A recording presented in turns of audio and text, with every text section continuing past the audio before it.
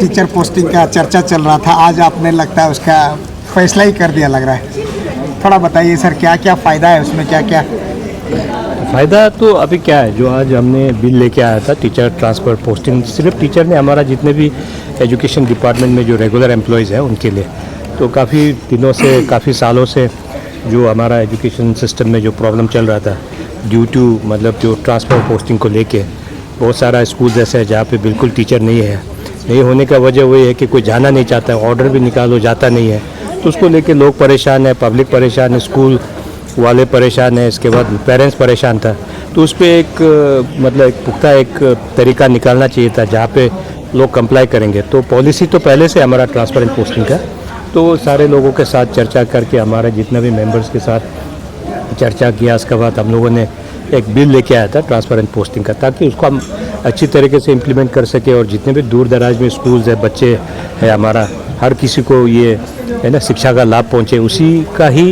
एक कारण है जो आज हमको ये बिल लेके आना पड़ा। ये बहुत लगता है मजबूत होगा बिल, क्योंकि आप साल भर से कभी मंत्री को बोलते हैं, कभी एमएलए को बोलते हैं, कभी डिस्ट्रिक्ट का पब्लिक लीडर को बोलते हैं कि रिक्वेस्ट मत भेजो, लेकिन हर दिन रिक्वेस्ट आते रहता है। तो आज मैंने क्लियर कर दिया कि कोई भी अगर टीचर किसी से भी सिफारिश लेके आता है, यूओ नोट वगैरह कुछ भी लेके आता है, that will be attach to the personal file, तो उसका एसीआर में रिफ्लेक्ट होगा। तो इसलिए मैं इसलिए बोलता हूँ कि आप लोग प्रेशर देने की वजह से हमारा मंत्री एमएलए प्रेशर में आ जाता है, तो इसलिए आपको सरकार ने टीचर अपॉइंट किया है, आपको सरकार पैसे दे रहा है हमारे बच्चों को पढ़ाने के लिए, जो आपका प्राइम ड्यूटी है वो कीजिए। बाकी आपको क्या करना नहीं करना उस पर हम आपको हिदायत नहीं देगा, आपको हम ये कोई ऑर्डर नहीं दे रहा है, लेकिन जो आपका प्राइम ड्यूटी आप कर ले, उसके बाद आप क्या करते हो वो आपका प्रेरोगेटिव है, लेकिन आपका प्राइम ड्यूटी है कि बच्चों को पढ़ाना है, और सरकार आपको जहाँ पोस्टिंग भेजता है वहाँ आपको जाना चाहिए ताकि हमारे बच्चों को नुकसान ना पहुँचे। It's about the education of our children, और ख़ास करके जितने दूर दराज क्षेत्र अंडर प्रिविलेज एरिया में ही प्रॉब्लम हो रहा है, तो उसको हम लोग दूर करने के लिए ये एक्ट लेके आया। सर मेरा रिटायरमेंट होगा उसका कुछ प्रोविजन है सर? एक 2 साल में जो रिटायरमेंट होना है नहीं, उनका तो अभी सजेशंस भी आया, तो अभी जैसे कोई हो गया कि रिटायरमेंट में थोड़ा एक कंसिडरेशन हो जाता है कि होम पोस्टिंग या चॉइस ऑफ प्लेस का होता है, तो उसको हम लोग देखते हैं कैसे करना है। सर मेरा एक क्वेश्चन है, जैसे आज जो ट्रांसफर पोस्टिंग को आज 3 कैटेगरी में क्लासिफाइड किया था आपने, हार्ड एरिया, मीडियम एरिया और ये सॉफ्ट एरिया, उसको किस तरह जो क्लासीफाई करना, एक क्वेश्चन है। दूसरा कि कुछ स्कूल में सर अभी तक इंफ्रास्ट्रक्चर नहीं है वहाँ में, तो उस पर पोस्टिंग कैसे करेंगे?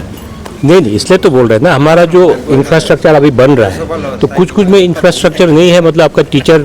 का कोई क्वार्टर का कमी है, वहाँ जाएंगे तो उनको रेंट मिल जाएगा, है ना, तो आपको तो रेंट तो हर जगह मिल जाता है। It's just about your will, आप काम करना चाहेगा तो देखो देयर इज अ वे, अब नहीं करना चाहेगा तो बहाना 1000 मिलेगा। सर बस्ती में रहने आता, लेकिन कोई बस्ती नहीं, में आपको हमारा जितने गांव वालों से इंटरेक्ट किया, वो बोला हम लोग अपना घर देने को तैयार है, टीचर आए तो सही ना, हमारे बच्चों को पढ़ाएगा तो we are here to help them,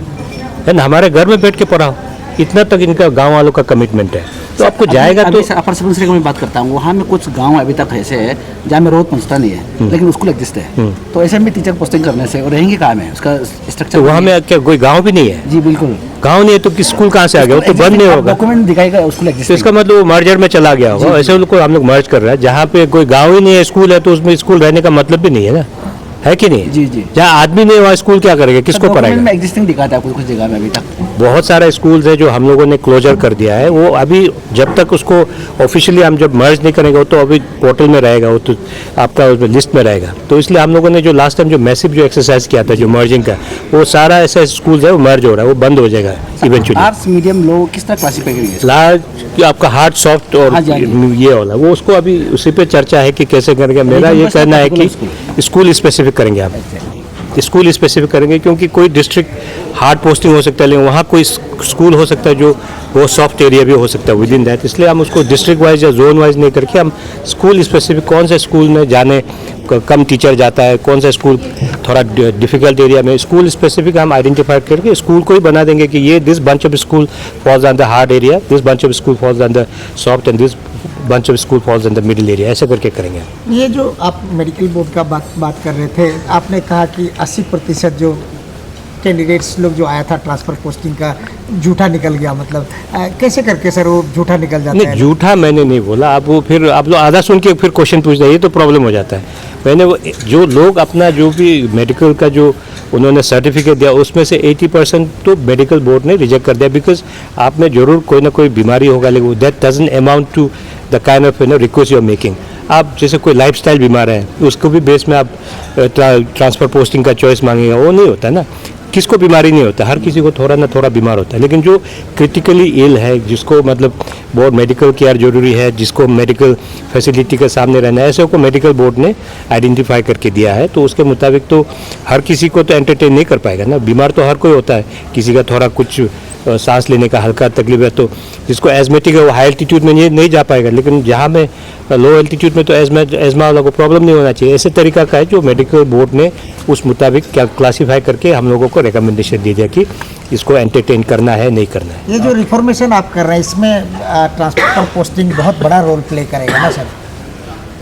तो यही उम्मीद है ना। मैं तो हमारा जितने भी हमारे टीचर्स को मैं रिक्वेस्ट करूंगा कि आप लोग कंप्लाई कीजिए। आपके ही हाथों में हमारा बच्चों का भविष्य है, राज्य का भविष्य है ना, सोसाइटी का भविष्य है। आप इसको थोड़ा से कम खुद का गिरेवान में थोड़ा जाग के भी देख लीजिए कि आप जब इस तरीका का जब आप करते हो तो क्या सही कर रहे हैं कि नहीं कर रहे हैं। तो मैं दिल से रिक्वेस्ट करता हूँ कि आप थोड़ा अपने समाज के लिए, अपने बच्चों के लिए और अपना राज्य के लिए सोच के सरकार ने जो आपको तो ड्यूटी दिया है उसको करने से अच्छा है।